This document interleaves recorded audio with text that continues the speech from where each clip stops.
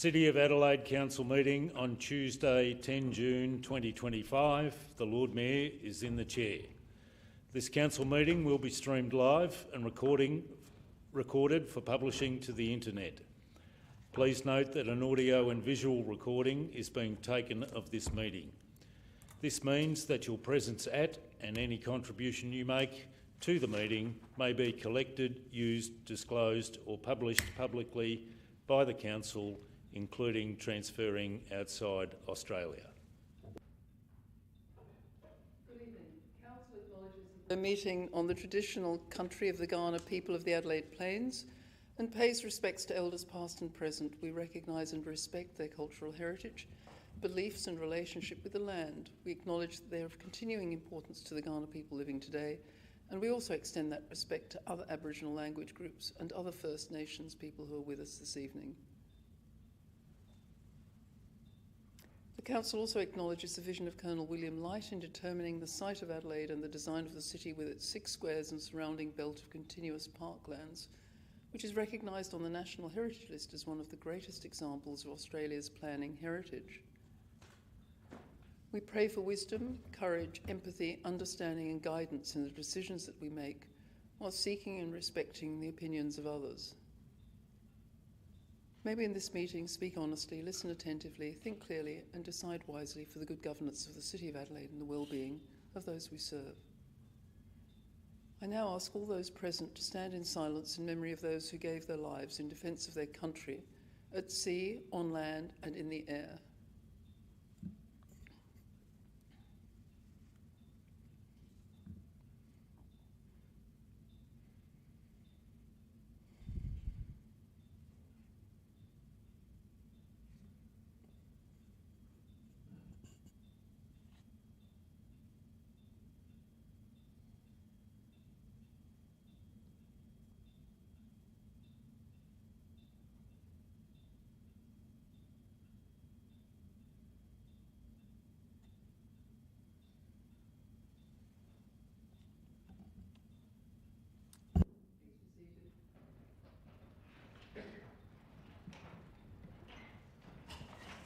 This evening we have no apologies or leave of absence given, but I move on now to the confirmation of the minutes. Could I ask someone to move the minutes? Councillor Abrahimzadeh, seconded by Councillor Siebentrit. All those in favour? All those against? That's carried. Thank you, members. Can I ask if there are any conflicts of interest to declare? No? If not, there are no deputations, no petitions. The first item on the agenda is item 11, which is the Caterpillar recommendations. And that relates to our rural settlement and landscapes for World Heritage bid. Moved by Councillor Snape, seconded by Deputy Lord Mayor. If there's no debate, I'll put that. All those in favour? That's carried. Thank you, members. Unanimously. We'll move on to item 12. This is the CEO's performance review panel findings. I think the CEO might comment on this. Through the presiding member, I'll declare a general conflict in the item, but as I receive no benefit as a consequence of the recommendations, I'll stay in the chamber and support the deliberations of the council.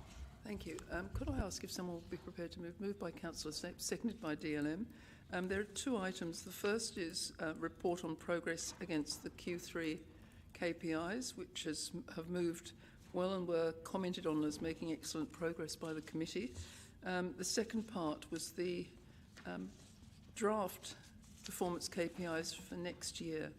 And if I could draw your attention to number 5, that has changed in a meaningful way since last year, and it talks about Council being able to look at assumptions and parameters to reframe the development of the 26-27 business plan and budget to allow meaningful input from Council members.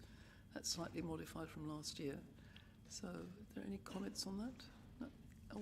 I'll put that then, if you're happy. All those in favour? All those against? Thank you, that's carried. Thank you, members. I now move on to item 13, which is the City of Community Services and Cultural Committee. Councillor Snape, you were the chair, I think, in this committee. Would you like to move it? En bloc? Seconded by Councillor Siebentritt. Would anyone like to speak to it?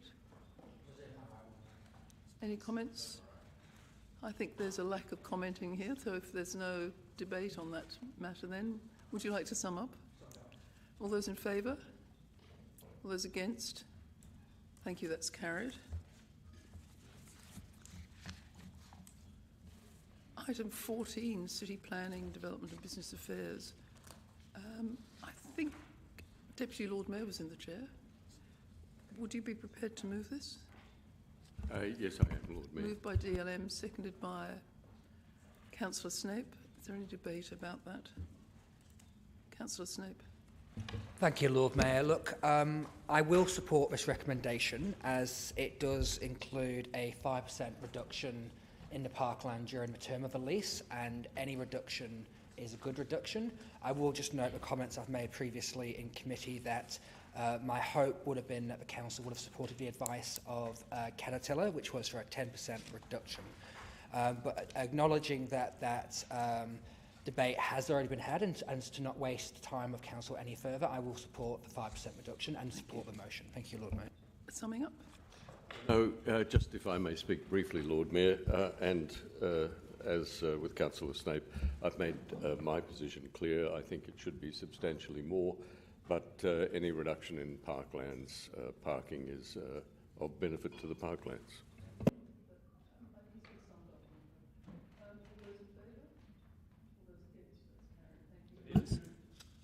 A division has been called. Members, a division has been called in relation to item 14. Please stand until your name has been called. Deputy Lord Mayor, Councillor Martin, Councillor Snape, Councillor Giles, Councillor Kouros, Councillor Siebentritt and Councillor Abrahimzadeh. Thank you. We'll move on now to item 15, which is the discretionary rate rebate that went to the Special City Finance and Governance Committee. Councillor Siebentritt moved, seconded by Councillor Snape. This is for noting only. Any other comments? If not, I'll put it to the vote. All those in favour? All those against? That's carried. Thank you, members. 16 is a rather bulky document, which is all the consultation summary from our business plan and budget for 25-26. We're being able to ask to note and receive the feedback. Councillor Snape moving it, seconded by Councillor Siebentritt. Do you wish to say anything, Councillor Snape? Just to say that this is quite simply noting the consultation, which I think is important, and I'm glad that so many people have involved themselves in this process. Obviously, we now need to take the next steps as an elected body, and I look forward to doing so and having a civil debate about that. But I welcome the feedback from the community. Thank you, Lord Mayor.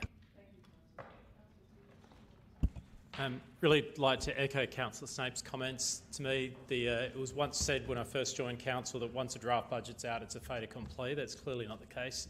And I wanted to thank everyone who's put time and effort into providing feedback on the budget. There's a range of topics that have been referred to, particularly those who are following this at home, possibly in part 13 of the paper. So looking forward to further reviewing that, looking at how we build it into the final budget. I am very pleased at the number of people this time that have responded to the consultation. I think it was a great response, but it's actually very sad to read the responses, how angry and frustrated a lot of people are. A lot of the comments that we had received was concerns in regards to the rate increase, concerns of the outdoor dining fees, concerns of the parklets, concerns over Australia Day, concerns over many things that are impacting our city at the moment. Cost of living is obviously a crisis at the moment, but obviously with the amount of business closures that we've had over the past year, it is really affecting them. The consultation that we have here before us talk about how they feel unsupported, and they talk about how they would really need council to look at the city in a more vibrant state, concerns over the cuts of the sponsorships, concerns over a lot of things, and I think if we are going to take the consultation seriously, I think if we are going to be a council that listens, I think if we are going to be that council that takes our ratepayers first, we should be listening to that consultation, and we should be really taking on board what our ratepayers are feeling and not gaslighting them, Lord Mayor. We should be serious about what is affecting them, and this is telling you that. So if you value the consultation, if you value what people are saying, please take note, please listen to our ratepayers. I mean, I could have told you that the consultation would come back this way, and I think it's characteristics of the way that this council has decided to do business. Motions like putting in a minimum rate of $600 at the very last moment without properly consulting or even informing the chamber who was really going to be affected by this. It's a real shame because this council just seems to see what it can get away with. That's what it seems to me, like the Australia Day Council. And that wasn't widely communicated with them or communicated with them beforehand, and all the other programs that are potentially on the chop as well. This council went out had a bold, innovative, strategic plan on how we're going to encourage economic development in the city of Adelaide, and then this council passed it without any additional funding, despite requests from AIDA for support. And the consultation has come back very clearly to say that our ratepayers have given this budget an absolute F. Further, I mean, the rate increase alone is absurd, of well over double CPI, and this is on the back of this continuing, political line of budget repair, which I think rings very, very hollow. The fact is that this council has a spending problem. We went into a budget workshop where we were supposed to reduce funding and look at items where we can be more conservative, and we came out of that workshop spending an extra $31,000, I believe, for the History Trust. And it's programs like that across the city, like the History Trust, like the Australia Day Council, that have been cut as part of this budget. So the ratepayers have come back with what they've been able to discern from this budget, and I suspect that there is a lot more that would give them concern if they were properly informed about what this council has in store for them. So, I mean, I've also come to understand as well that Tom Kutsantonis won't be funding the bridge and the weir. So I think this council should act quickly on that, because I think a further rate increase will be required to fund this council's expenditure. We are not in a good place. We are absolutely not in a good place right now, and the feedback from our ratepayers has been very clear on that. There is no way to spin it. Our ratepayers have given this budget an absolute F, and no doubt this council will proceed to ignore what their concerns have been. They've certainly, I feel, ignored about the concerns that I've raised in preparing this budget that we've now put out. So let's see what this council then does. You have the numbers, so let's see if you're going to fix it or not. Deputy Lord Mayor. Yes, thank you, Lord Mayor. Look, I've heard the word gaslighting tonight, and I do think I need to respond to some of what I think is gaslighting. This council has dealt with what were scathing criticisms from the Essential Services Commission of South Australia in a report that said, essentially, we were, in years gone by, running up operating deficits and running down assets. The two indicators you don't want. And as a consequence, this council inherited a big problem that it had to address. And we addressed it. We confronted it. And Lord Mayor, we went out to electors and said, we need to implement a program of budget repair. It's not going to be popular. It needs to be done. And we've done that. And moreover, Lord Mayor, in such a climate, one could expect that there will be people who have criticisms. And I've heard and read the criticisms. The consultation results are pretty much what I'm hearing in the community from a section of the community, bearing in mind that those criticisms constitute around about 20% on average of voters. What I have to say is that, contrary to what people might have heard tonight, we as a council are listening. The Australia Day Council made an approach to council and said, we need that funding. And the council has considered that, and I'm happy to say I understand the administration is going to help us to try to find a way to solve that problem for the Australia Day Council. Planners and architects came to us and said, look, we have a problem with you stopping funding for the Adelaide Prize. The administration has stepped forward and said, look, I think we can solve this. That issue has been dealt with. Now, some have had to pay and will have to pay an impost on vacant land. That is a special rate that was struck by the previous council. That is the council of which I was a member, Councillor Kouros and Councillor Abrahimzadeh were.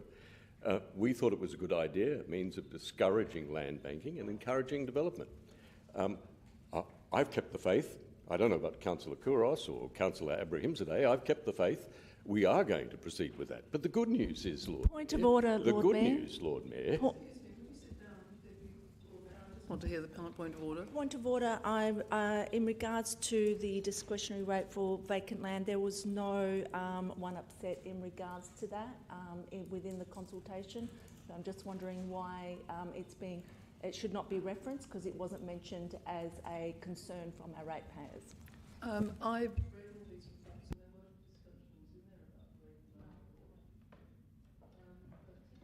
Oh, Lord Mayor, I think it's obvious that you've been reading a different report. But look, I'm happy to take your word for it. Point of order.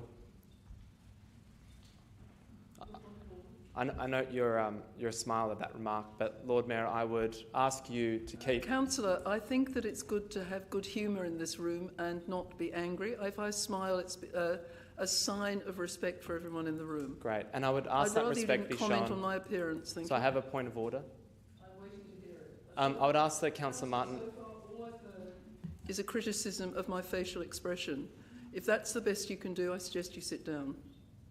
Are you willing to hear the point of order? If you have a point of order other than my appearance, please give it. Yes. I don't think that Councillor Martin's comments suggesting that other councillors haven't read their reports is appropriate. If I said something like that, you would be straight on it and you'd probably try to kick me out of the chamber.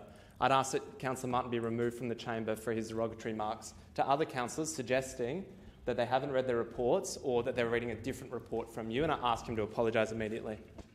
I don't believe, Councillor, that he was being derogatory. I'll carry on. I rule against you. Then can you explain what he meant by councillors weren't reading the same reports as you? We don't need to litigate every comment. Please sit down. Sorry, I didn't realise he was in your faction. I forgot. Deputy Lord Mayor. Order, Lord Mayor. I would ask the council to withdraw that comment. It's bringing the council into dispute. I said that because he's in your faction, you clearly don't want to reprimand him for his comment, which is dismissive and disparaging of other councillors, saying that they're reading a different report from the one that you read, Lord Mayor. I don't think he was disparaging anyone. He was just commenting on the reading. There was quite a lot of reading. I'm glad you've read it all. Deputy Lord Mayor. Yeah, thank you, Lord Mayor. Look, I don't wish to litigate the issue, others might, but Lord Mayor, what I was attempting to illustrate was that this council has gone out and told people what the circumstances are, what a mess we inherited, and the way in which we've dealt with it. And then we've gone to consultation and we've listened. We've actually said to people, yes, we hear you, and here's how we're going to deal with it. We've listened to them in respect of the History Trust, the Australia Day Council, the Adelaide Prize, vacant land rates, and also, in addition... Excuse me, Councillor Kouros, are you moving an extension of time or another matter? I'm quite happy to, but I would actually have a question as well, Lord Mayor. Extension has been moved. I'm seeking leave. All those in favour? Against? That's carried. Thank you, Deputy. Yeah, thank you, Lord Mayor. We've also said in respect of a minimum rate, we understand there are some circumstances where that won't be appropriate. And the administration has already undertaken to present to us a list of circumstances in which the minimum rate won't apply. Lord Mayor, instead of spreading fear and anxiety about this budget, I'm here to say that we are doing our best. We are listening. We are listening to our ratepayers and responding to them. I absolutely look forward to the return of the budget so that we can confirm for those people who responded to the survey with concerns and say, here it is, the proof that this is a council that listens. Thank you, Deputy Lord Mayor. Councillor Couros has a question. Yes, have I missed any e-news in regards to the Australian Day Council getting their full funding? Because it seems to me the Deputy Lord Mayor seems to know more than what we would know, so I'm just wondering, have I missed something? Yes, I understand that a message went out this afternoon about that. CEO, I understand a message went out this afternoon about that. Through the presiding member, earlier this afternoon I issued an e-news advising in relation to the feedback through the consultation process that we've written to the Australia Day Council to indicate that we can progress an $80,000 milestone payment from the current year's budget, which would precede the $100,000 allocation in the draft budget for next year. Well, that's excellent. And is that in regards to there is some more funding available to some people that missed out? Is there something about the architects or something I heard? That advice also included advice that funding of $30,000 for the City of Adelaide Prize could be accommodated within the current year's budget.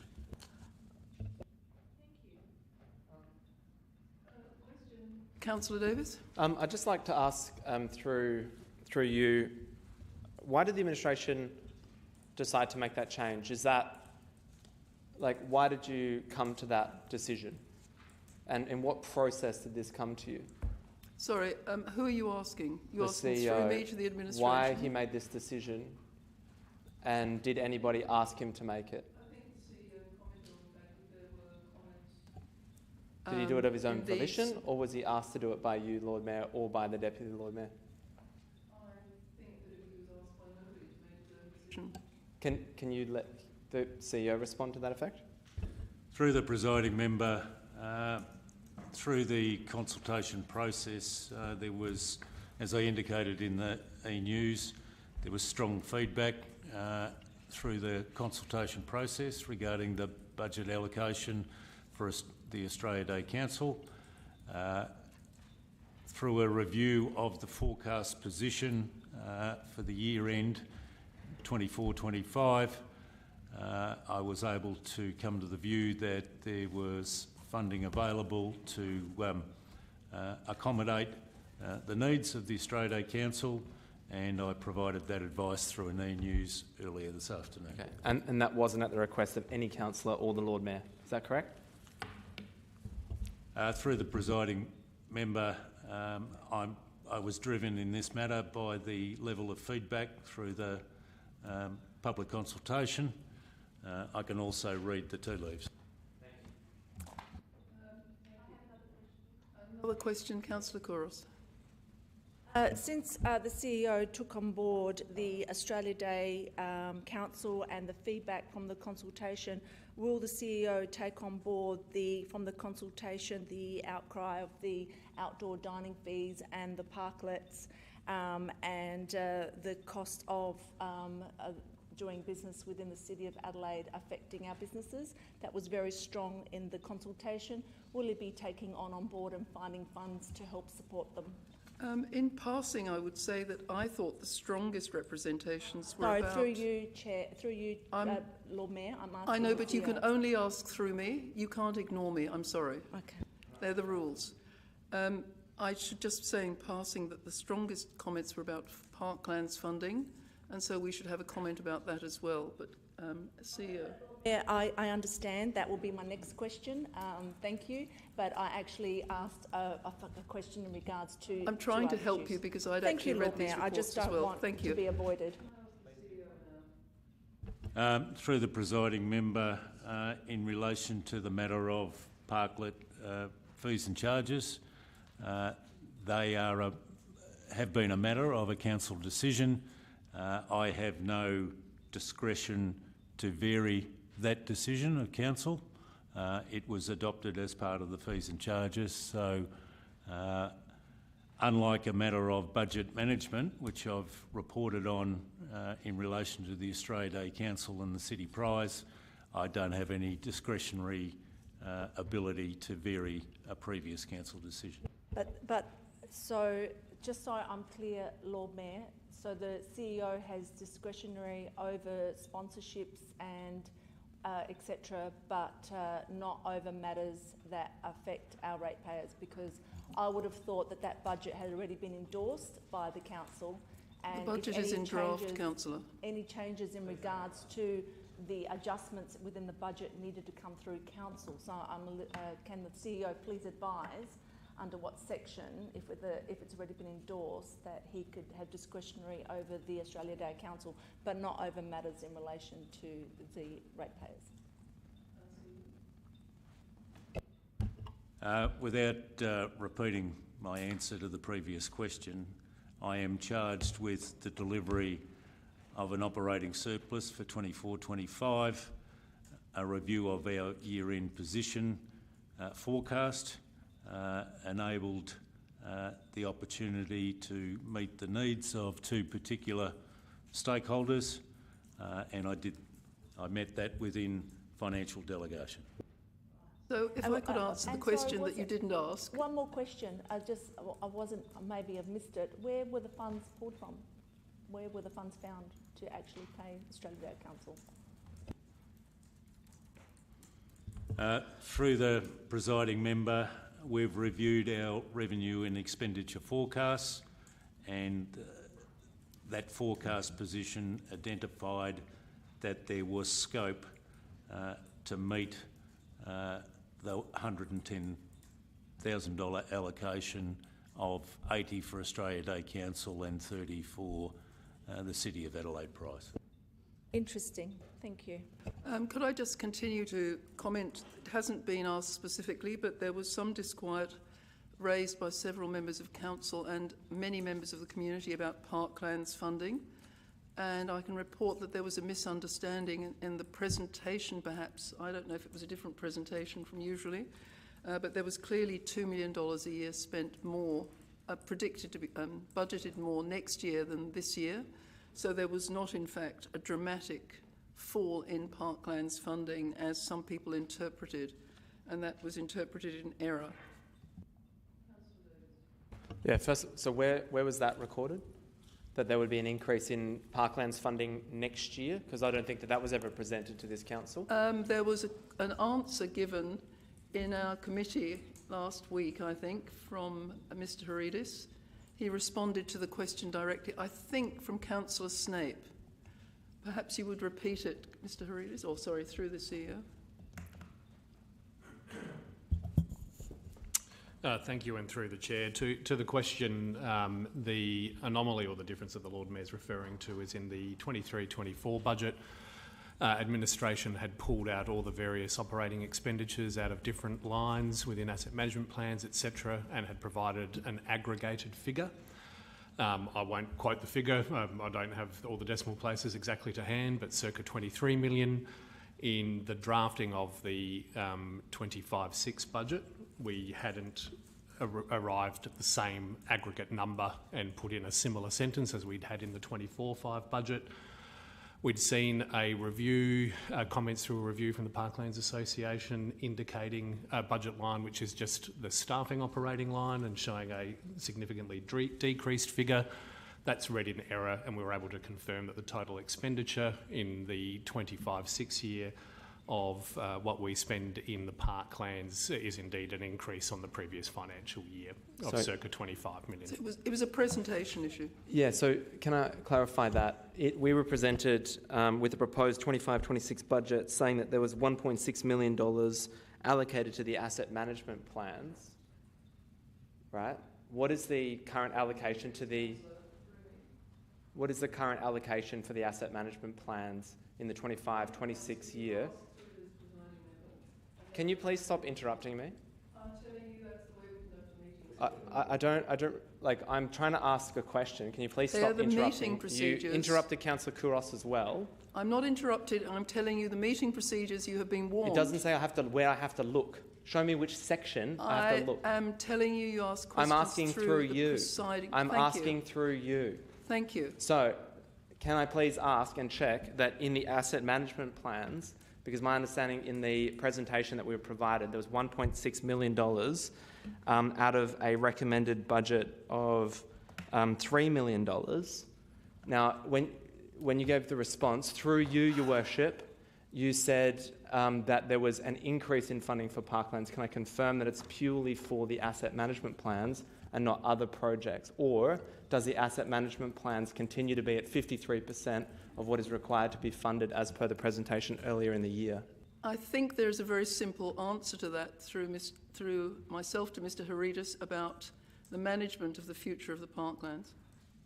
Mr CEO? Thank you, and through the Chair. Yes, it's a greater figure than just what we do with assets. It's the operating costs of being out and managing in the parklands, so it's an aggregate of a number of our operating budgets in the parklands that total 25 million that we'll be including as a single summary line in the budget in the final version. Thank you.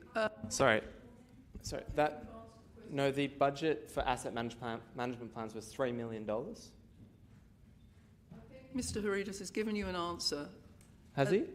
Yes, he has. What was the answer? That there was $20 million or something? I'm not going to repeat it again. What about the asset management plans? Because there was $3 million allocated for the asset management plans. What percent funding are they going to be funded at? Lord Mayor, I think point of order. The councillor doesn't have the floor. I distinctly heard you give the floor to Councillor Kouros. He did indeed. I think that it doesn't matter if you don't like the answer. That's the answer you've been given. Councillor Kouros. I'm wondering, through you, Chair, to the CEO, that since we found some pool of money to be able to service the Australia Day Council and the Institute Awards. Sorry, could you just repeat the question? I didn't quite catch it. I think since we'd be able to, the CEO mentioned that he was able to find funds to allocate to some underfunded sponsorships. In the consultation, it was very clear that people were disappointed that AIDA didn't receive an increase in funding to help support the community. And I'm wondering if the CEO will be looking at ways in which we can allocate more funding to AIDA, since he'll be able to find the funds for under-sponsored sponsorships. I think that would require a council decision rather than being involved in a major reconstruction of the budget. No, there's not. Well, there's a delegation. So if he was able to find money somewhere, I'm sure that by time we endorse the budget, I would hope that if it could go through line by line, that as he has it done, that maybe we could look at the feedback that we've had from the consultation in that increase of funding is required for AIDA for our economic growth within our city, that we can review our financial position, to be able to allocate more funds. Would that be possible to do by the next endorsement of this budget? I doubt that a whole review of the council expenditure can be achieved in 1 week. We've been working on it for 9 months, Lord Mayor. I would have thought they would know everything line by line. Time to do such a radical thing. It's disappointing, Lord Mayor, that we don't listen to our ratepayers. Councillors, let Councillor Davis have his last question, I think. So I'd like to refer to the meeting that we had on the 15th of April. On page 67 is the business plan and budget update, and we were given a proposed renewal program by asset class, and it contained in there essentially my understanding of the AMPs, that the AMPs required $3,019,000. I'm referring only to the $3,019,000, not any other amounts. Under the AMPs, what will be the percent funded under the AMPs, not any kind of additional new revenue or other renewal or brought forward, just under that question? I just want to refer to that table. Councillor, I think that the answer to that may relate to the assets we're not upgrading around the golf course. What's the figure going to be? I think that we may not be spending as much money as we thought on upgrading the golf course, for obvious reasons. Well, you think, through you, the Chair, I'd like to, it's great that you think that, but may I have an answer from the administration? Who won't think it, who'll know it? We'll take it on notice since you don't believe me. Nape, do you want to sum up? No, hang on just a second, Lord Mayor. Look, point of order. It is a requirement that councils are respectful, and we've just had a councillor say to you, I don't believe you, I don't believe you. Same councillor who called you a liar. Now, look, I am sick of this behaviour. It goes on and on. I have warned the councillor not to be disrespectful, but he seems to proceed. Just a point of personal comfort. I'm allowed to have my own beliefs. Thank you very much. I'm allowed to believe who I want to and who I don't. I'm afraid it's disorderly. And you cannot, by the standing orders, make me believe someone or not. It's a matter of civil behaviour. I have warned you repeatedly. It's a matter of being... Lord Mayor, I think really... Point of order. No, I'm just speaking. Sure. Just sit down and have a point of order. I think you are required in the meeting procedure to be respectful, and calling people a liar is not respectful. It's disorderly and would be a good cause for an 86-6A or a 29. I am warning you. You will desist, otherwise I will take action. Councillor Gordon. Point of order, Lord Mayor. I think Deputy Lord Mayor should refrain from mentioning other people's behaviour because he actually was the one... Refrain. The Deputy Lord Mayor should refrain from pointing out people's behaviour since he was the person mentioned in the Coulter investigation report for inappropriate behaviour. I'm only here to chair this meeting, not to relitigate the past. Lord Mayor, we're talking about past performances and we're talking about... Please sit down. We're not going to dredge through the past. We don't need to pick over the entrails. Thank you. Councillor Snape, you're going to close the debate. Summed up. All those in favour? All those against? Thank you, members. We'll move on.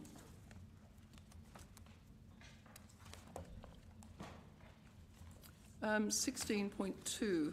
I have a general interest here, but there is no funding or pecuniary opportunity for me. It's just for noting. Noting and approving. So, I'm sorry? Sorry?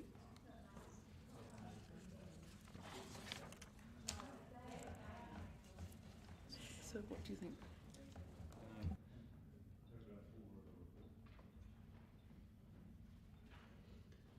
There is no requirement by council to fund any of this activity. It's just noting that I'm only requesting that I be allowed to represent the city. Moved by Councillor Giles, seconded by Councillor Abrahimzadeh. All those in favour? That's carried. Thank you.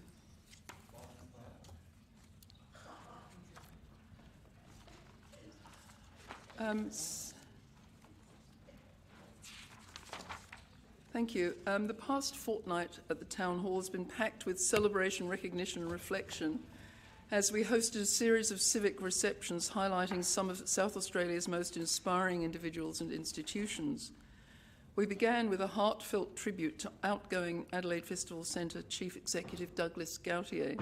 Douglas leaves behind a remarkable legacy, not just world-class festivals and performances, but a deep commitment to cultivating the next generation of artists. That spirit of service and dedication continued as we marked the 135th anniversary of the Shop Distributive and Allied Employees Association. This milestone also shone a light on the Town Hall's role in supporting the union movement. That association began... I'm sorry, what was that? I said shame. Can you sit down, please, and stop interrupting? The association began in 1871 when Mayor Judah Solomon chaired this SDA's precursor movement, the Early Closing Association. Subsequently, former Lord Mayor Lewis Cohen once served as a union trustee, and for many years the Town Hall has been a place where mayors have welcomed demonstrations in the name of a fairer and more just society. From honouring a legendary leader to recognising a historic movement, we then turned our attention to the incomparable Keith Conlon, a living legend, broadcaster, heritage champion, and true advocate of Adelaide Parkslands, the city and South Australia more broadly. He's been known for many years rather affectionately as Mr. South Australia, and when he was awarded the keys of the city, it commemorated over 50 years of educating and entertaining South Australians. In classic Keith style, he marked the moment with an upbeat song about our city, followed by a samba with his bandmates, including his brother. It's fair to say there was a certain joie de vivre to the celebrations, Amid these celebrations, I also had the solemn honour of laying a wreath at the Bomber Command commemorative service, remembering those who served with courage and sacrifice. On a lighter note, I attended the glittering opening of the Adelaide Cabaret Festival, a cornerstone of our city's cultural calendar. Capping off a remarkable fortnight, yesterday we received news that many outstanding South Australians were recognised in the King's Birthday Honours List. From a personal point of view, any honours list that starts with a morbid anatomist promises to be a ripper, and this certainly delivered, with Emeritus Professor Roger Bayard, who's a forensic pathologist, getting an AC, as indeed did a former Key of the City recipient, Dr. John Coetzee. They topped our list of companions of the Order of Australia. Those with a very strong relationship to the Adelaide City Council included former AIDA Chair Nikki Govan, who was named a member of the Order of Australia for her contributions to tourism, as was our former oral historian and sports historian Bernard Wimpris, OAM, who used to work in our archives. I was particularly thrilled to see a good friend of mine, former Adelaide City Councillor John Rowley, awarding an OAM for his service to the Liberal Party in the South Australian community, as well as Caroline Grant-Scowns for her decades of dedication to the education sector in the city. Could I move that someone move, noting, moved by Deputy Lord Mayor, seconded by Councillor Snape. All those in favour? All those against? Thank you, that's carried. Now can we move on to 19 point... Oh, Councillor's report, sorry. Councillor Davis. Firstly, I'd like to mention that there is a Mayor's Summit, which is occurring in September in the Gold Coast, which has been hosted by the Combat Anti-Semitism movement. There'll be about 200 city leaders, local government policymakers and community advocates from across Australia. Essentially, they're seeking support and ways to combat anti-Semitism across the country. And I believe Adelaide City is in a unique position to assist with that venture. My understanding is that flights and accommodation will be covered for approved applicants to go. So it's potentially something, Lord Mayor, that you or other councillors might like to attend in the Gold Coast. And I think that would be a worthwhile cause. Further, I'd also like to say that I met with one of our ratepayers from Jack and Jill and discussed the removal of their parklet. I believe it was, according to him, in the dead of the night, and he was quite shocked and disappointed that his parklet had been ripped up as a result of the pressure that he felt from the administration to enter into a payment plan. He felt particularly aggrieved by the way that he was dealt with by the council and by the CEO, and I believe that we should be reimbursing him for the destruction of his parklet and his outdoor dining and compensate him for the loss and reinstate it in full. Yeah, thank you. Any other comments? If not, can I ask someone move noting the report moved by Councillor Giles, seconded by Councillor Abrahimzadeh? We'll move on now to item 19. I'm sorry? All those in favour? Sorry. All those against? That's carried. Thank you. We'll now move on to number 19, which is a funding formula calculation for AIDA. That's moved by Deputy Lord Mayor, seconded by Councillor Snape. Yes, thank you, Lord Mayor. Look, we heard in the budget process the bid by AIDA to get a bigger share of the council's expenditure. 10%, I think, was a figure that was talked about often, slightly less, and the current allocation is around 7%. Now, the argument from AIDA is that it needs that money in order to implement its strategic plan. And, Lord Mayor, I don't dispute that the economic strategy of AIDA is something that this council would want to be involved with, would want to support. Our difficulty in all of this is that we are, as has been noted so many times in budget repair, there are so many competing interests. But nevertheless, we have an obligation to have a look at ways in which we might be able to get somewhere near, if not at, what is being proposed by AIDA. Lord Mayor, I have, frankly, an open mind about how we proceed with this.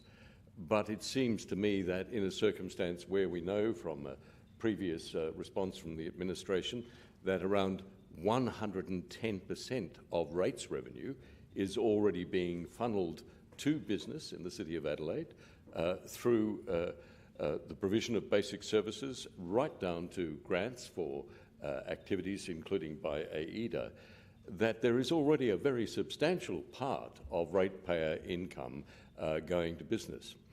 I have heard the arguments from AIDA that any additional funding should not come from any increase in rates, that it needs to be found from some other source. I have heard from other councillors that taking money from other programs, particularly programs that support our residential community and provide support to the goals of this council outlined in its strategic plan, shouldn't be on the table either.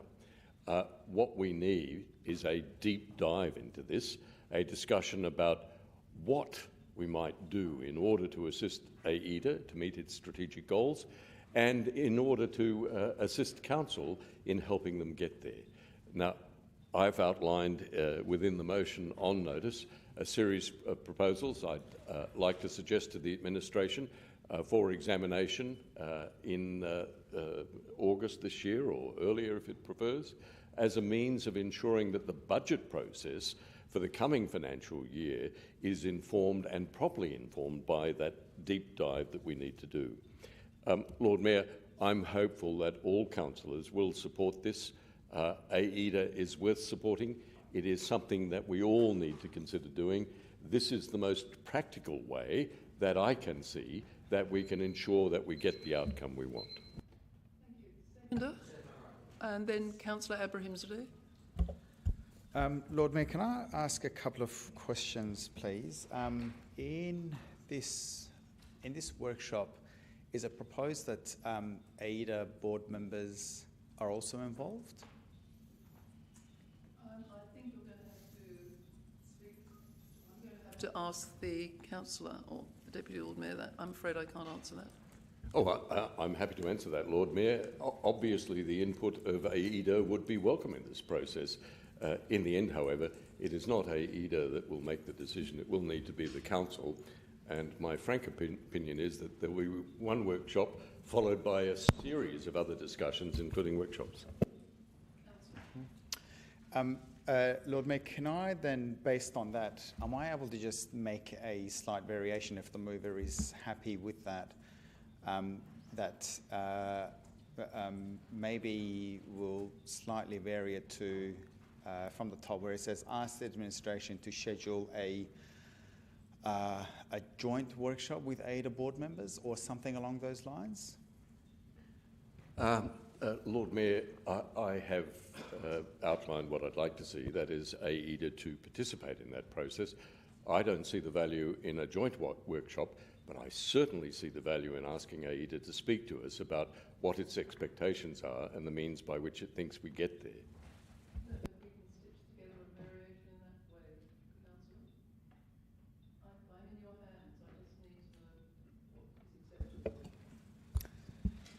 Well, if the mover is not willing to vary it, noting what was just said in terms of consultation taking place with AIDA, but AIDA board members not being at the workshop in August, I'm happy to leave that as it is and continue to speak.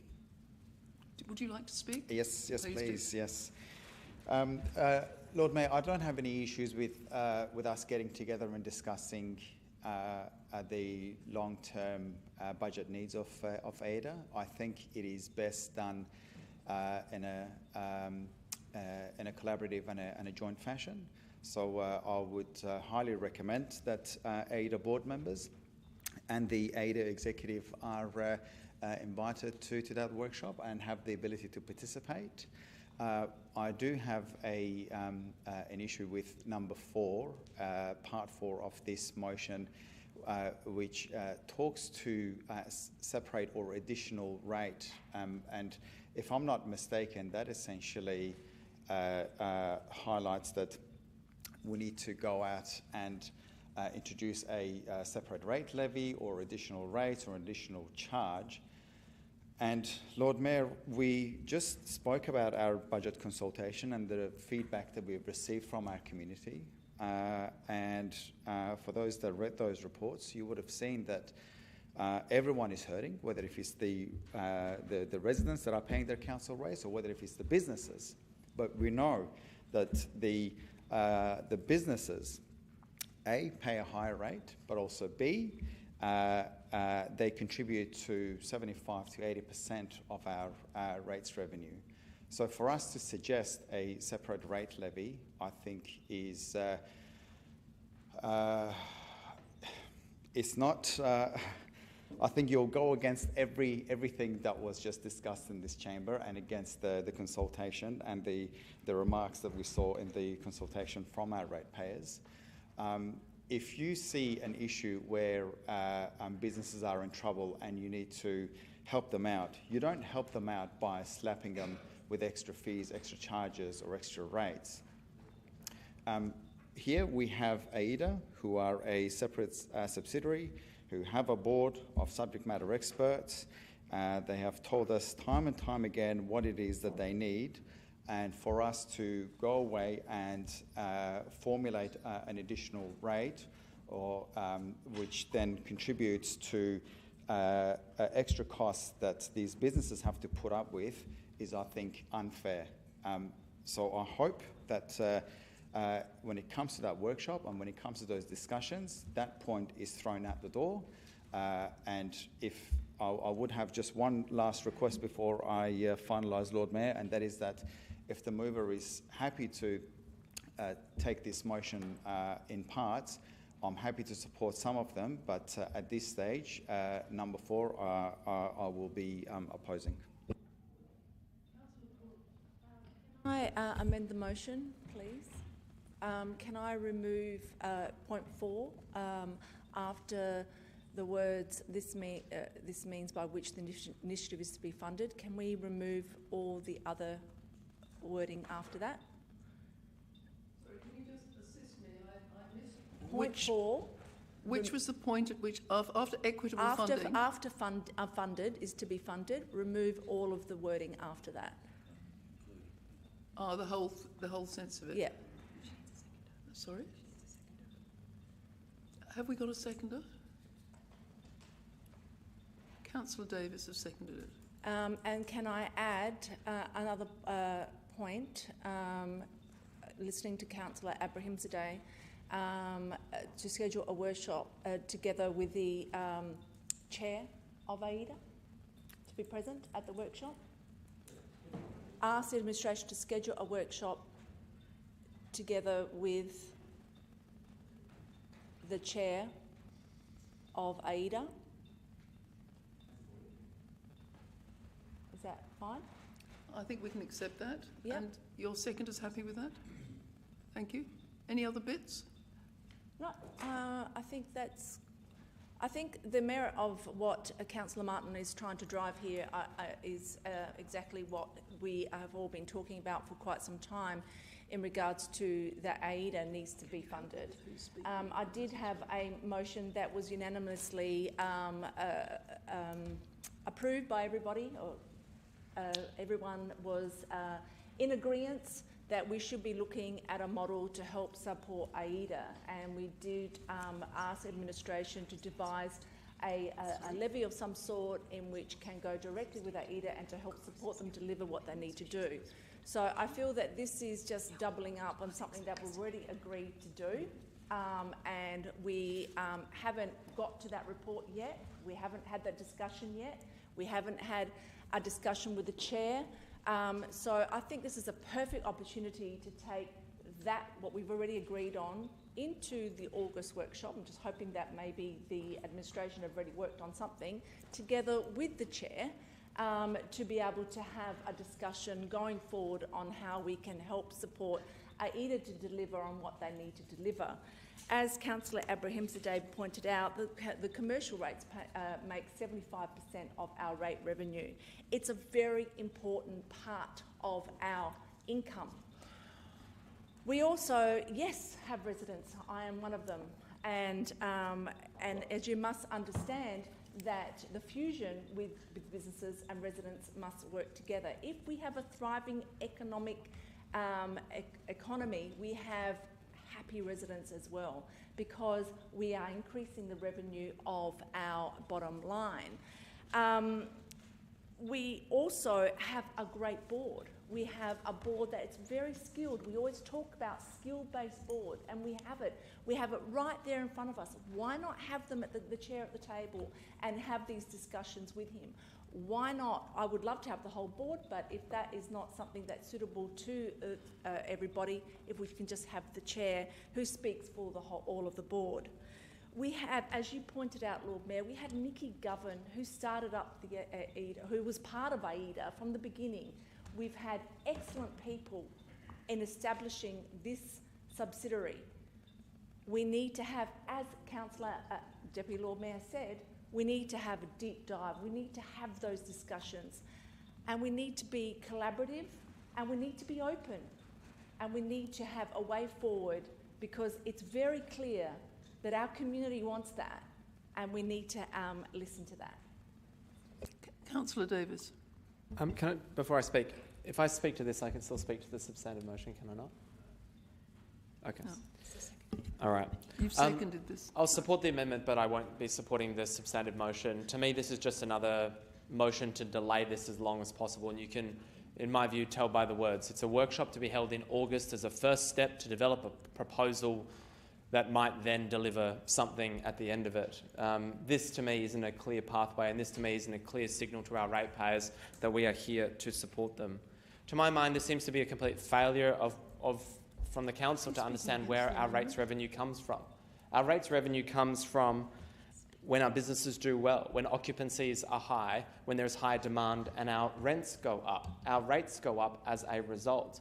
But what seems to be the case here is we're pulling on every lever we can find to damage that outcome, to damage business confidence. And I've been speaking with businesses all over the city who are completely appalled at what happened at Jack and Jill.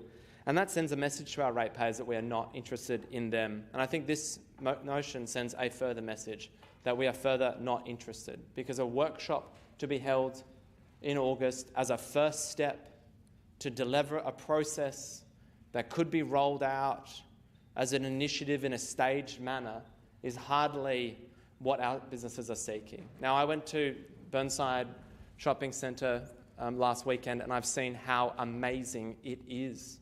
It is incredible, and they're only half open. Now, if I was a business in the city, I would be very, very worried, extremely worried, because Burnside will pull a huge amount of customers from the city. Now, the only thing that we have going for us is things like AIDA, like events, like business, like the city activation, which actually brings people together into the city en masse and keeps them coming. Things like our car parks, for example. But instead, we rip up parklets of restaurants who are trying to get by. And I think that that sends the complete opposite message of what we need to be doing here. This is just a delay tactic. It won't deliver the funding. We know exactly where the money would come from. It's not that hard. We have this massive surplus sitting there that everyone keeps crowing about, $8 million surplus apparently, and this would be a $5 million line item. We would still have a $3 million surplus at the end of it. But the reality is that the council doesn't want to fund businesses, and they just want to rip up their car parks and make an example of businesses instead. Thank you, Councillor Siebenbridge. Lord Mayor, I have a question, and then I'd like to speak to the item. The question was, Councillor Couros referred earlier on to the motion that she'd put up previously. Can I just clarify, how will that be, this is in relation to Main Street levies, how will that be brought into the process if this was to go through? I'm sorry, I don't know which motion was brought up previously. I don't have the exact number in front of me, Councillor Couros may recall, but it was about, I would say, 6 to 8 weeks ago, and it was investigation around Main Street levies. I can see some nods, but not unanimous nods. Perhaps if we can take that on notice and come back to us, because there was a motion that went through the chamber around looking into that, and it would seem to be linked with this. Please do. I brought a motion into chamber which was unanimously supported to investigate with AIDA exactly this, working through like a levy of some sort to help support the businesses on the street. on our streets. It was very well received by the council, and we're still waiting for administration. Of course, we've had the budget law. We've been that was the differential rate. Well, yeah, it was, or something similar. It was left open for discussion, and it was left open to have to leave it in the hands of administration, as was this motion, to bring it forward to us to have a report. I'm sorry, now I realise what it was. I remember voting for it. Thank you. So I look forward to some feedback, perhaps from the administration, that Lord Mayor, as to how it fits in. In speaking to this, I remain committed, as I have done the whole time since joining council, around ongoing support for AIDA. But I think what we often do is we're trying to paint this as a black and white issue. You're either for or against, and it is simply not as straightforward as that. It is not a black and white issue. What I've seen is that there's a general intent to support AIDA, but when we have been through with a fine-tooth comb our budget and we've looked for savings to support AIDA right now, there are not obvious savings that are coming forward. And so we need to try a different tack, because if we keep doing what we've always done, we'll keep getting what we've always gotten. So I look at the progress we've made. There was a question mark around AIDA going back at the start of this term of council. We've moved beyond that. We've had a couple of reviews. We've bedded down the ongoing commitment. That's a real positive notion. There was a suggestion a little while ago, a suggestion that we might allocate a percentage of rates towards AIDA. That's gone from an idea now, with this motion here, looking at how do we dig into this further. So from my perspective, this is not a black and white issue to come up with an ongoing funding solution, a funding solution that will take out the annual guesswork and will provide greater certainty and security for AIDA moving forward. So I do support this. I note that it is in August, but this is not a straightforward issue for us to work through. It will take time to get prepared for this. But I do believe off the back of this process, with appropriate input from those members at AIDA, we can get a way forward that provides greater certainty for AIDA. Thank you, Lord Mayor. I echo Councillor Siebentreut's words, and I think there is genuine good intent from Deputy Lord Mayor with the original motion. And I think to have a workshop where we really need to tear things apart, find out, get into the muck of it all, and actually find new and inventive ways of dealing with this.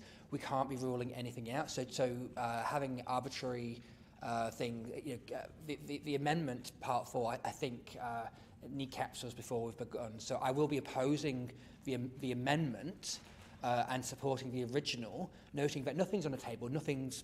That's the whole point. We're supposed to be having a broad discussion. I will echo what's been said as well.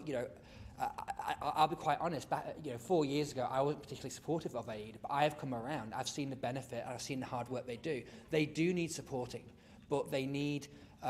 We need to be inventive about this. We need to find new ways forward, as Councillor Siebentreut has said. We can't do that by kneecapping ourselves, which this amendment does. So I urge my colleagues to not support the amendment and support the original. Let's get to that workshop. Let's start the process of figuring out a future for AIDA.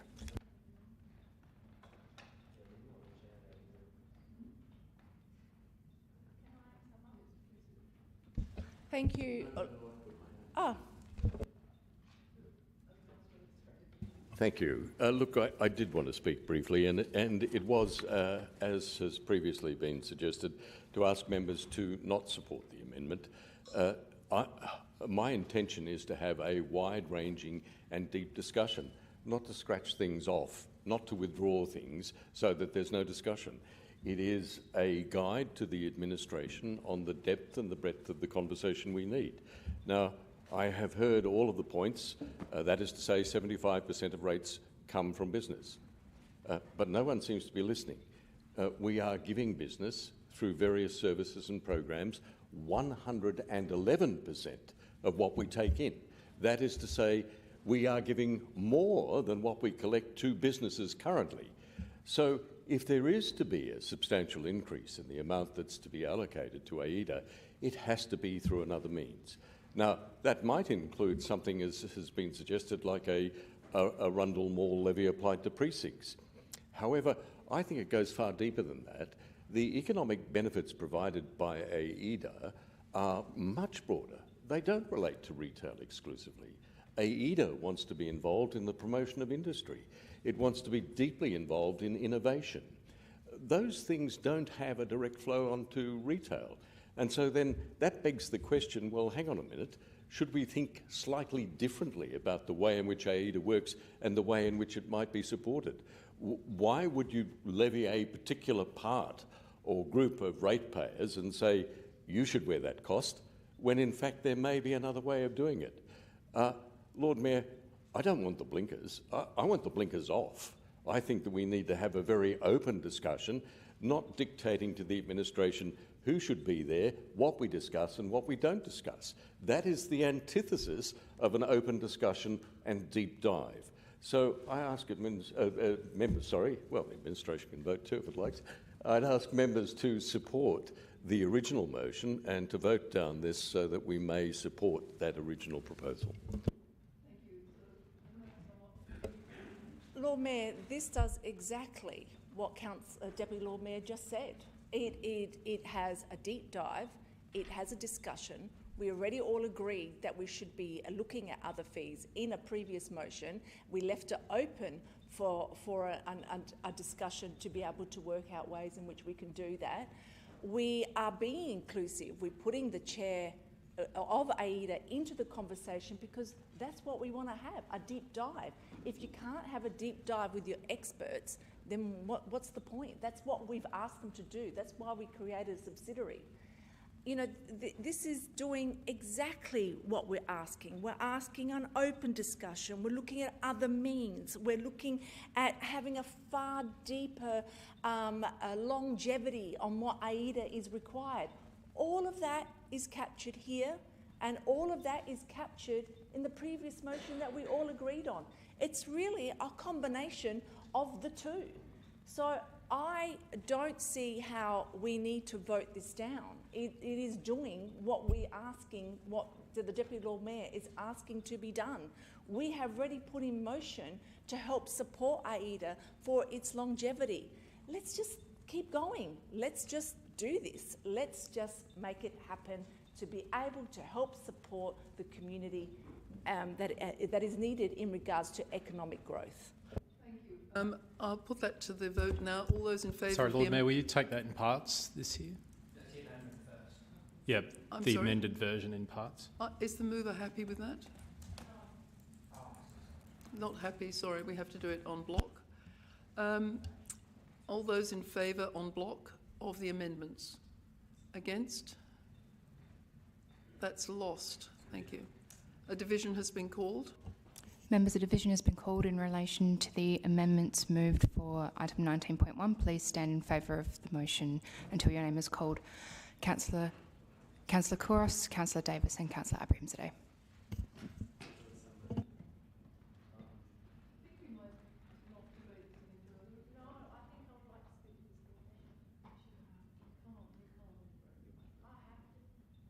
Sorry? I don't think we can debate it any further. I'm sorry.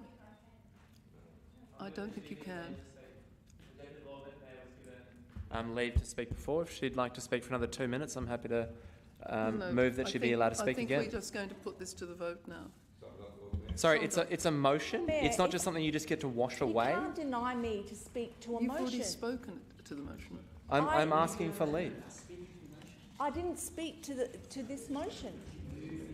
Yes, can I seek leave that she be allowed 2 minutes to speak again, and it's not something you can brush to do anything you away. like. Yeah, that's what I did before. Leave has been sought to contravene the regulations and speak.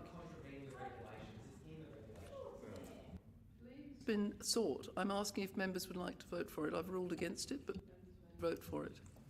All those in favour? Oh, you didn't vote for yourself. Against? Shall we take it again? In favour? Against? Well, it's like the unconventional thing. What do you think? What do you think? Sorry?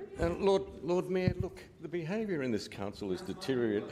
Councillor Couros is just Councillor shouting. Davis will stop speaking. Councillor Couros will stop speaking. This is a Councillor point of Couros order. is shouting "shut up" across the chamber to members. I think we'll have an adjourn. Let's adjourn for 5 minutes so that we can calm down. I cannot believe it. I've been completely gagged from speaking. completely gagged. Lord Mayor, Lord Mayor, I feel quite unsafe in the current circumstance. that is uncalled for to be completely.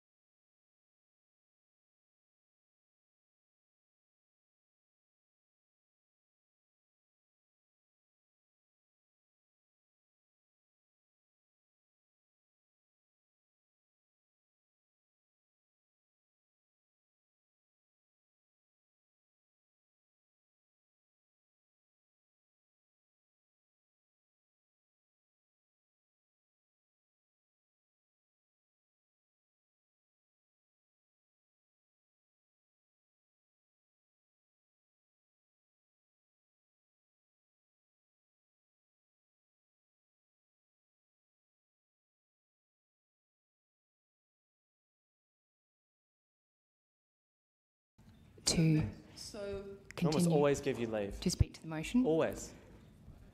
Councillor, can you sit down and stop heckling across the room? Just expressing my severe disappointment in the chamber. You will stop heckling. You've been warned before. You're being disorderly. You are being disorderly. Point of order, Lord Mayor. The council just referred to you as being disorderly in your role as being chair. It's my belief that with the constant interruptions and the behaviour that he's espousing, that he's in breach of Regulation 29 of the Local Government Act. And I would ask of you to consider that.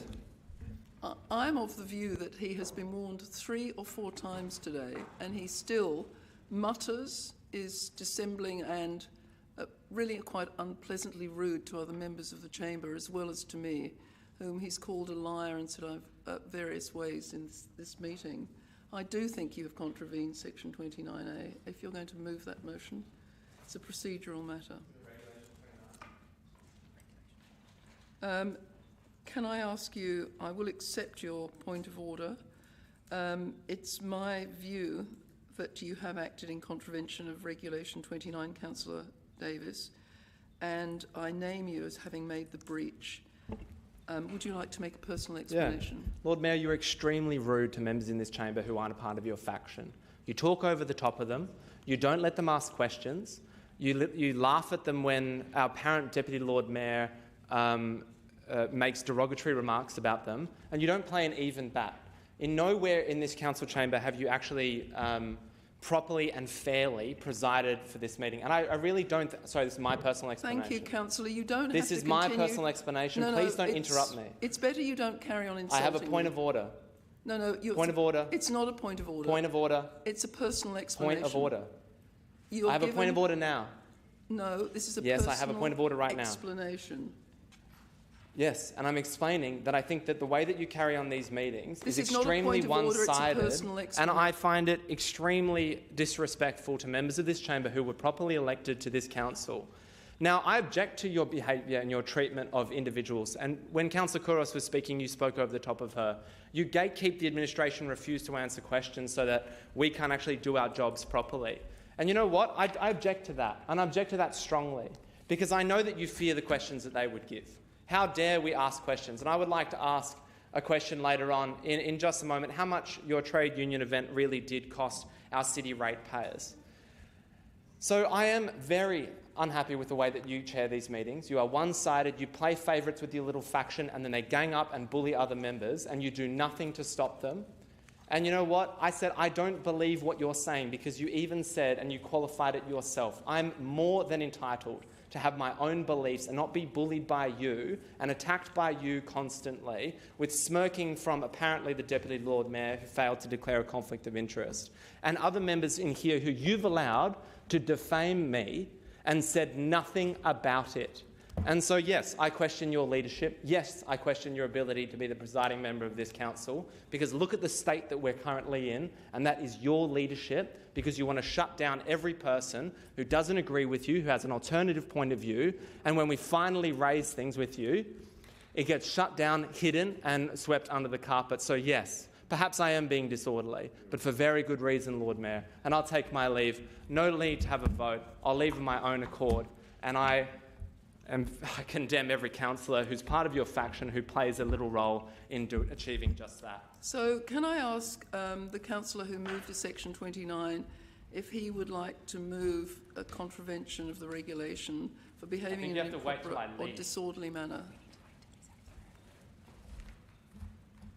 But I know the meeting procedures, though. So I know the appropriate process. Do you? Please stop hectoring.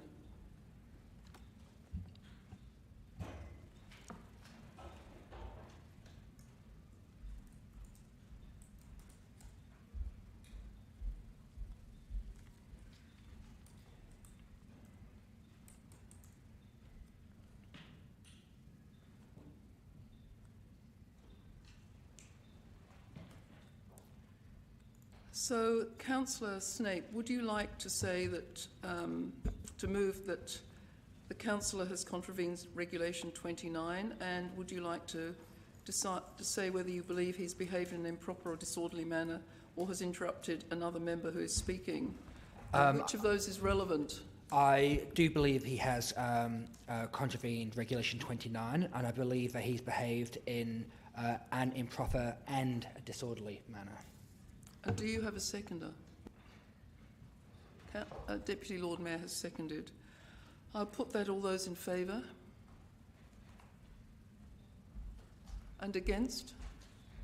Thank you. That's been called in favour. A division has been called. Members, a division has been called in relation to the Regulation 29 called against Councillor Davis. Please stand in favour. Deputy Lord Mayor Councillor Martin, Councillor Snape, Councillor Giles and Councillor Sabin. Thank you.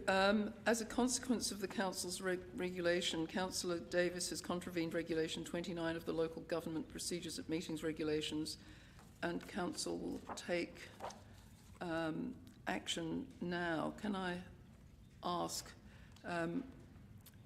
what further action we would take, Councillor? I would like to request that the councillor is removed for the rest of this meeting, and if it's within the powers of council, for the next meeting as well.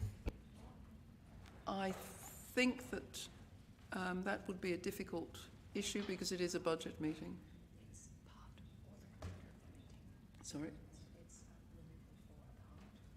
I'll seek advice from Governor. I don't think we can move for the next meeting. It would be a part or all of the remainder of this meeting only. For all of the remainder of this meeting, Lord Mayor.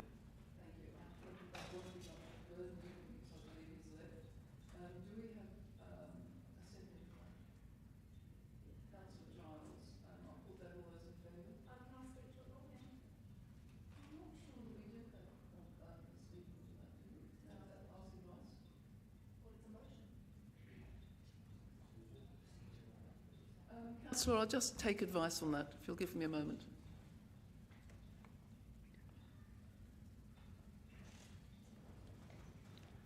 My understanding is that it's just like a procedural motion. Can I ask advice?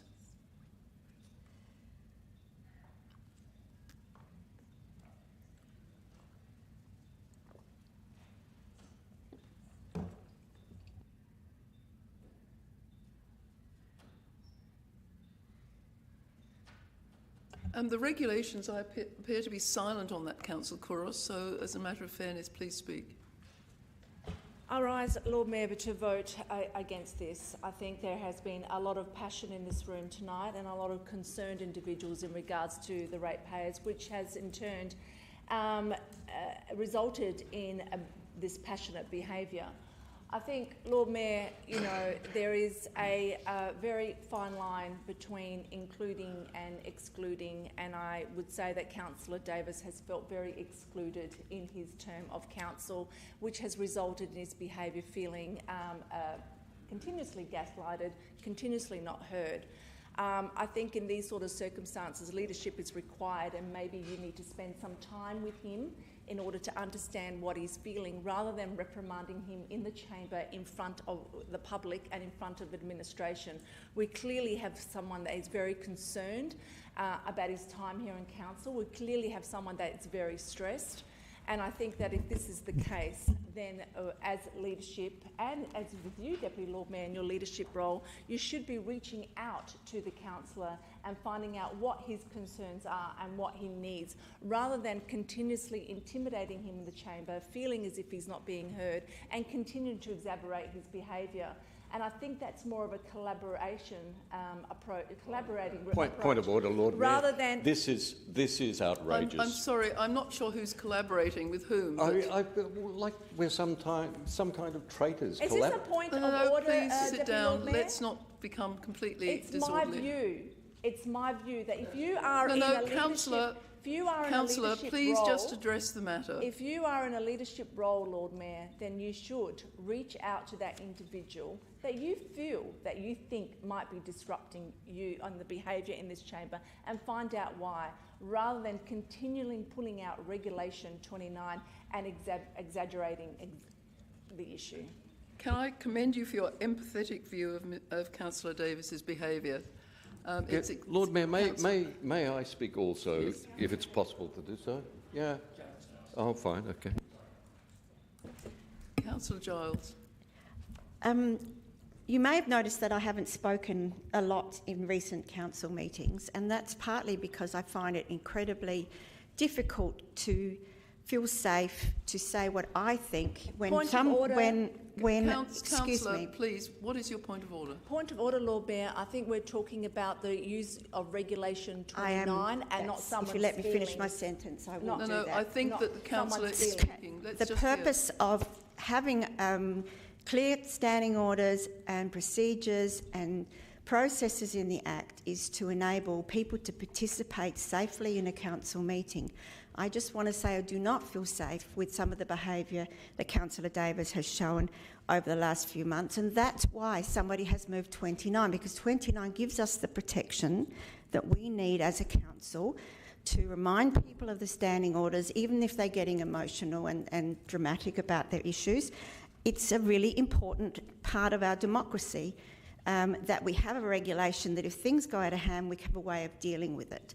I cannot sit here and think and witness this sort of behaviour without it impacting me, and I think that other councillors have it impacting them as well. I will not sit here and watch a councillor call our Lord Mayor a liar, say he doesn't believe in her, believe what she says, and insult her choice of who she has a function for, and a range of other things that have occurred this meeting, let alone previous meetings. So I totally support that. I do not want Councillor Davis back in this chamber for this meeting. I know he's left of his own accord, but if he hadn't, I would totally support the motion, which is that he be. I do support the motion that he be excluded for the rest of the meeting. I think we might take the vote on that. Did you wish to speak, Councillor?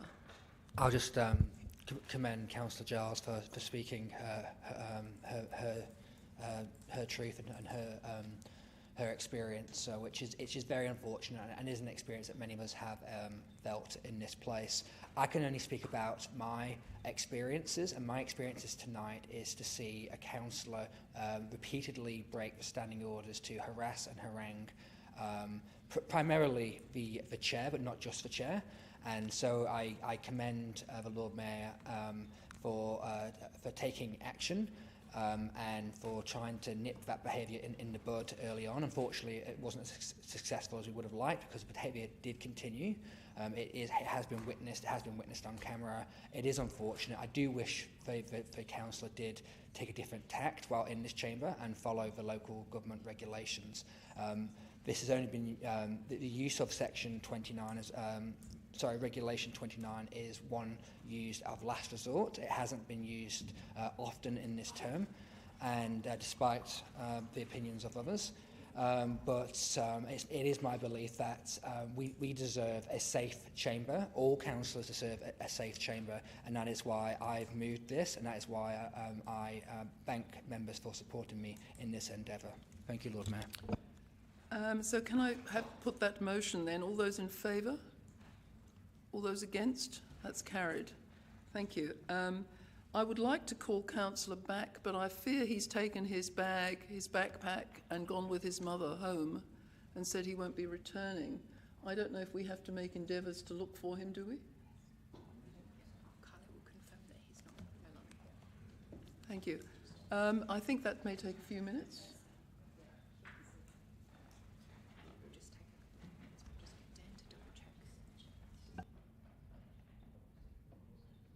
I think this may take 2 minutes just to have a quick scout around.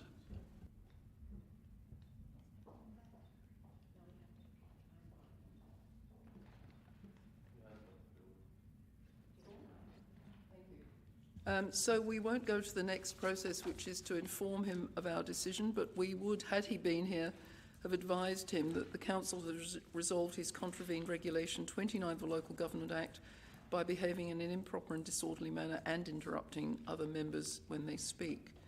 And we have resolved to exclude him from the rest of this meeting, even though he has taken his leave.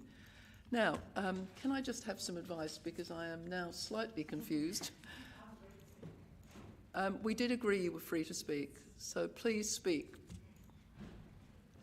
Thank you, Lord Mayor. It will be one question before I speak.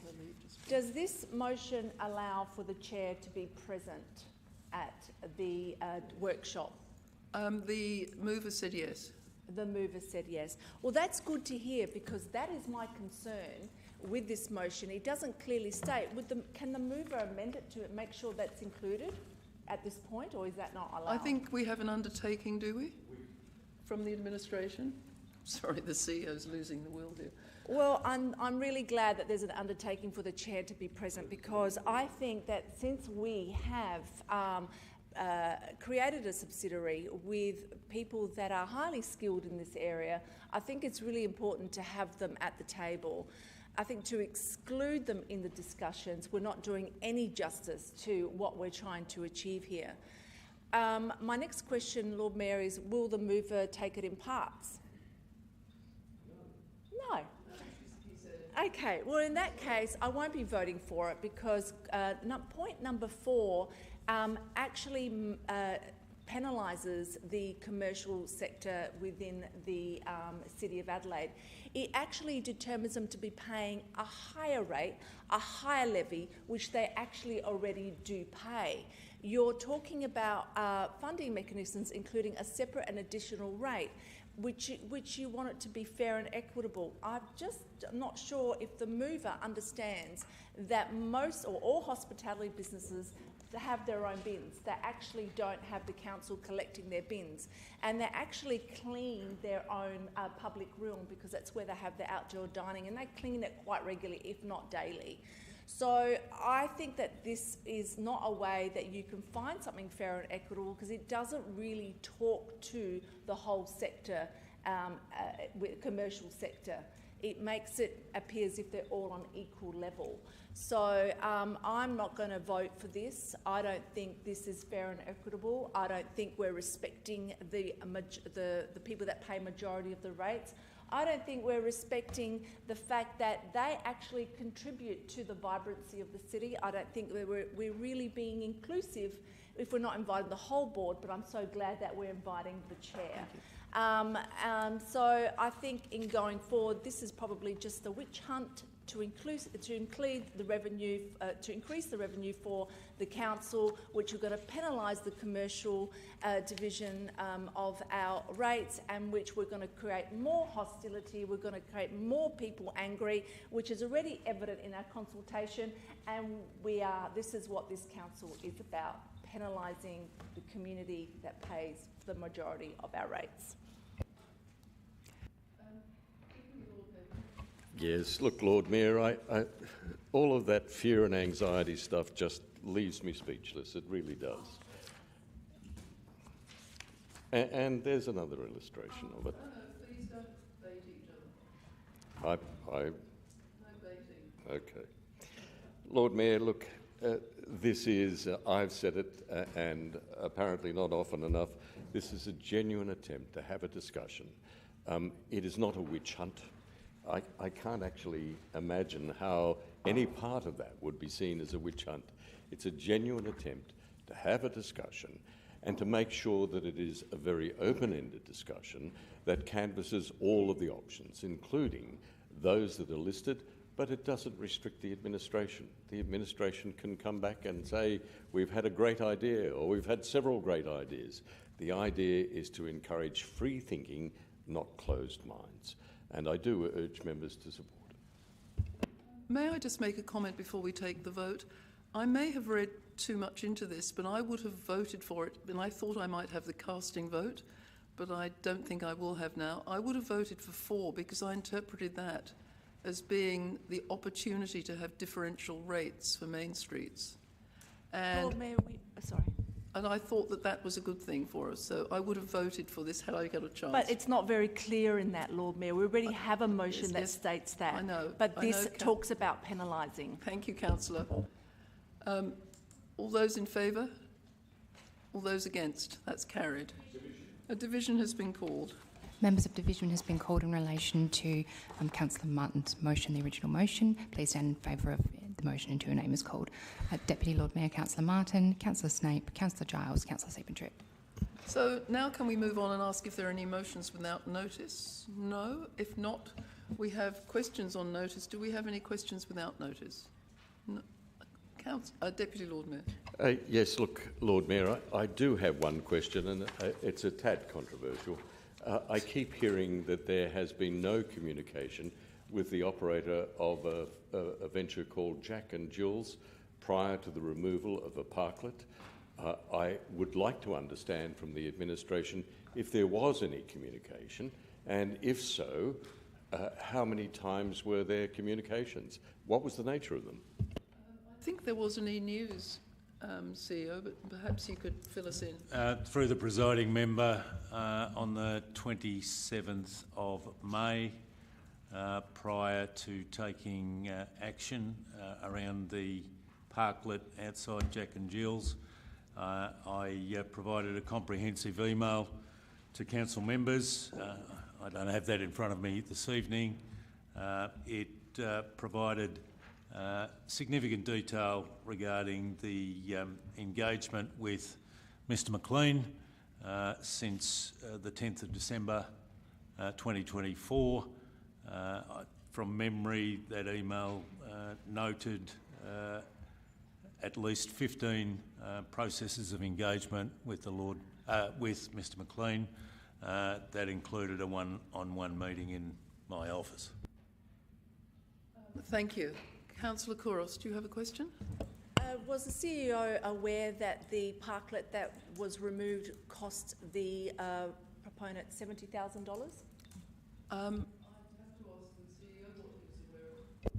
Through the presiding member, Mr McLean had previously advised his investment in the parklet, noting that that investment was supported by a grant from the council, and that's why during the process of those extensive engagements with Mr McLean, we made it clear that if he wished to remove the parklet of his own volition, there'd be no further action by council. And a further question, Lord Mayor, was the CEO aware that it wasn't a question of him paying the fee, it was more of a question that it wasn't fair and equitable in comparison to the other parklets? And did the CEO take that into account when he removed and destroyed his parklet? I'm sure the CEO did. We set the policy and the fee structure, and operational matters are carried out pretty fairly by the administration, who probably are more patient in commercial dealings than any other commercial operator would be. And I have confidence in the administration.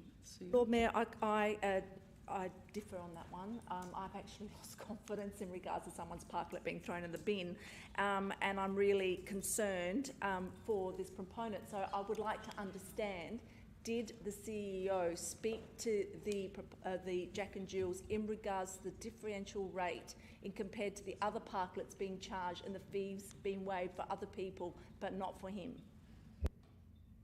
I'm not sure how much more detail you can give, because...